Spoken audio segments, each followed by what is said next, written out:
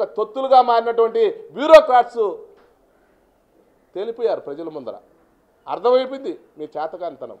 కేవలం సొంత ఆలోచనలు, ఎప్పుడు ఆర్థికంగా ఏ విధంగా ప్రయోజనాలు పొందుతాం, ఏ విధంగా దోచుకుందాం దాచుకుందాం, ఏ విధంగా మాయమాటలు చెప్తాం, ఏ విధంగా ఈ రాష్ట్రంలో ఉన్నటువంటి ప్రజలు ఇంకొకసారి మోసం చేద్దాం.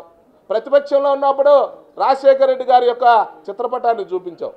ఇప్పుడు ఎన్నికలు వచ్చిన తర్వాత అది మళ్ళా పనిచేయదు కాబట్టి అంబేద్కర్ గారి యొక్క విగ్రహాన్ని చూపించేటువంటి ప్రయత్నం చేశావు. అదే దళితులకి డోర్ డెలివరీ చేసినటువంటి చరిత్ర నీది, నీ పార్టీది కాదా? అదే దళితుల్ని చంపేసినటువంటి, పిచ్చోడనేటువంటి ముద్ర వేసినటువంటి, అఘాయిత్యాలు చేసినటువంటి ప్రభుత్వం మీది కాదా? కాబట్టి రాష్ట్రంలో ఉన్నటువంటి ప్రజలందరూ కూడా నీ పట్ల విసుగు వేసారిపోయారు.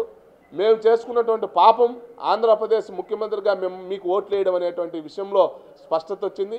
రాబోయే రోజుల్లో మంచి రోజులు రావాలని ఆంధ్రప్రదేశ్ ప్రజలు కూడా ఎంతో విఘ్నులు. ఆంధ్రప్రదేశ్ ప్రజలందరూ కూడా చైతన్యవంతమైనటువంటి సమాజం, మంచి జాగరూకతతోటి రాబోయే రోజుల్లో గొప్ప నరేంద్ర మోడీ గారు లాంటి పాలనని తీసుకొచ్చేటువంటి ప్రయత్నం కోసం ఉత్సాహంగా ఉన్నారని చెప్పి తెలియజేసుకుంటున్నా. ధన్యవాదాలు.